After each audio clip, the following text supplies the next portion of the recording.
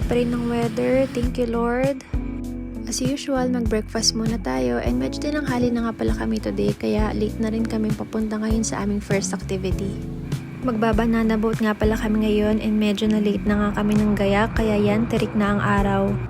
Medyo mahaba na yung pila dun sa waiting area pero yan, nakasakay na kami ng speedboat. Ayan, speedboat pa lang, talagang sinusubukan na kami, sobrang alog and talagang mapapakapit ka na lang.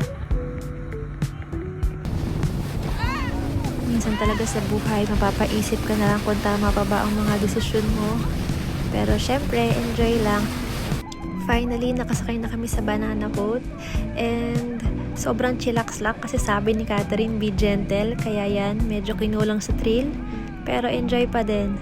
Hindi na talaga ako makadilat dyan kasi lahat ng tubig napunta sa mukha ko. And nasakto pa na kalmado yung dagat kaya hindi siya masyadong maalon. Pero super worth it pa rin ang aming banana boat experience.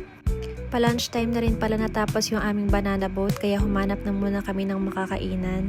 Ang layo ng nilakad namin sa paghahanap ng makakainan namin dito sa Bulabog Beach and dito kami napadpad sa Calma Cafe. Nag-order na muna kami ng makakain and habang nag-aantay ng aming order, syempre kwentuhan na muna. Ang in-order nga pala namin ay pesto pasta, red sauce pasta, crepe, and lemon juice. Yung food nila medyo pricey and nothing special naman sa lasa.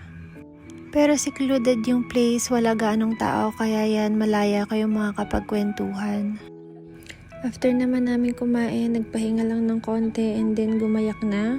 Nagpunta nga pala kami sa Cheese Moon Studio para magpa-photoshoot. 250 pesos nga pala yung inabail namin dito and 6 poses na yun kaya sulit na rin. Ayan, pose lang ng pose. Sana next time makompleto na kami and makapag-photoshoot ulit. Shoutout nga pala sa other members ng Polvo Girls. Si Joey, si Maryhill, si Carla, si Candy, si Margo. Hi, sana makompleto tayo guys.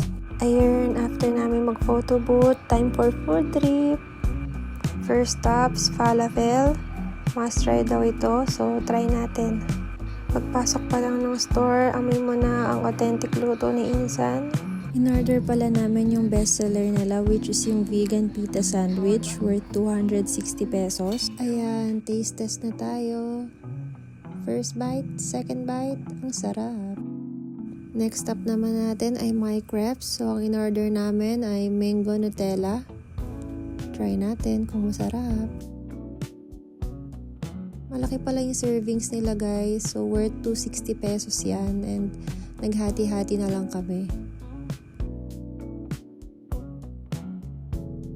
Taste test kung masarap. And yes, approve naman. Sulit, masarap. Kaya lang medyo nalusaw na yung ice cream. Pero all good pa rin. Na-enjoy naman namin yung food trip namin dito sa Boracay. Medyo pricey lang pero worth it naman sa lasa. Last day na namin sa Boracay for this trip. Kaya talagang mamimiss namin ang sunset viewing. First outing nga pala naming mga high school friends kaya sobrang nakaka-proud kasi sa Boracay kami agad. At bago umalis ng Boracay, humabol pa ng food review ang Jonas Fruit Shake. Sobrang sarap ng avocado milkshake nila, must try talaga pag nagpunta kayo dito. At yan lang ang mga kaganapan sa aming buong Boracay trip. Saan kaya kami next pupunta? Comment down below. See you on our next vlog. Bye!